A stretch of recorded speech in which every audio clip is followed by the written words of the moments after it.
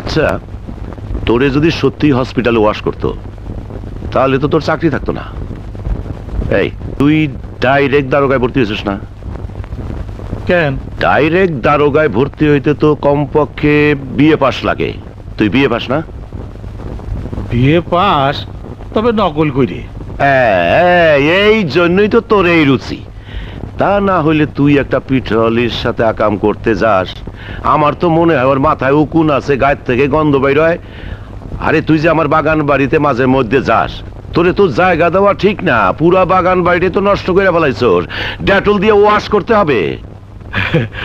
তুই বুঝবে না ভাইজান, ওই যে তুমি গন্ধের কথা কইলে না, ওর মধ্যে একটা ব্যাপার আছে। কি ব্যাপার? ওই ঘামের গন্ধটা আমার খুব ভালো লাগে। তুই তো একটা গান্ধালো, তোর ঘরে তো মনে হয় কাজের বেটি থাকে না।